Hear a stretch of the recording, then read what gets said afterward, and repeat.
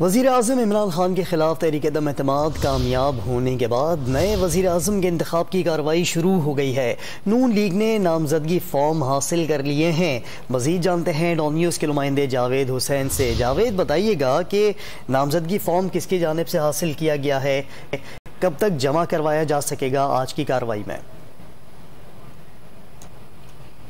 जी बिल्कुल, जो nomination papers हैं, कागजात नामजदगी, वो मियां मोहम्मद शहबाज शरीफ के लिए कल रात को ही सरदार याद सादिक और दीगर जो रहनुमा थे पाकिस्तान मुस्लिम लीग नून के मुत्तहिदा अपोजिशन की जानिब से, उन्होंने रिसीव कर लिए हैं। और अभी जो हमारी कौमी असम्बली सेक्रेटरीट में बात हुई है कि आज 12 बजे से लेकर 2 बजे तक ये कागजात नामजदगी यहाँ जमा करवाए जाएंगे और इन कागजात नामजदगी की 3 बजे जो है वो स्क्रूटनी की जाएगी और उसके बाद फिर स्क्रूटनी का अमल मुकम्मल करके आज शाम में जो फहरिस्त है वो फराहम कर दी जाएगी कि कौन कौन से कैंडिडेट्स इस वक्त वजारत उस्मा के लिए, वज़ीर आज़म के लिए, कायदे ऐवान के लिए सामने आ चुके हैं और उनका इंतखाब जो है वो कल 2 बजे जैसा कि कौमी असम्बली का इजलास बुलाया गया है उसमें ये अमल में आएगा।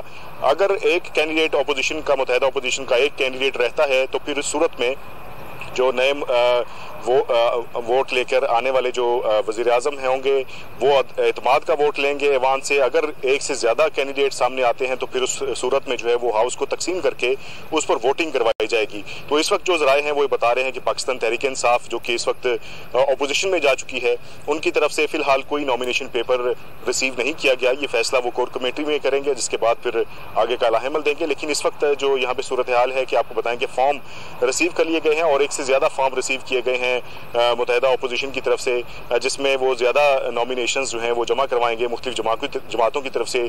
तस्दीक कुनिंदा, तायद कुनिंदा, 1 पेज का ये फॉर्म है जिसके ऊपर तस्दीक कुनिंदा और तायद कुनिंदा उसी पर ही उसके दस्तखत होंगे और जो कायदे ऐवान होगा, यानी कि जो वज़ीर आज़म होंगे, उनका भी नाम इसी पे मेंशन होगा। और ये फॉर्म जो है वो मुतादिद फॉर्म जो है वो आज 2 बजे तक का वक्त है कि कौमी असम्बली सेक्रेटरीट में सेक्रेटरी कौमी असम्बली के सामने या एडिशनल सेक्रेटरी जो है उनके दफ्तर में ये फॉर्म जमा करवाए जा सकते हैं, जिसके बाद 3 बजे इन फॉर्म्स की स्क्रूटनी होगी।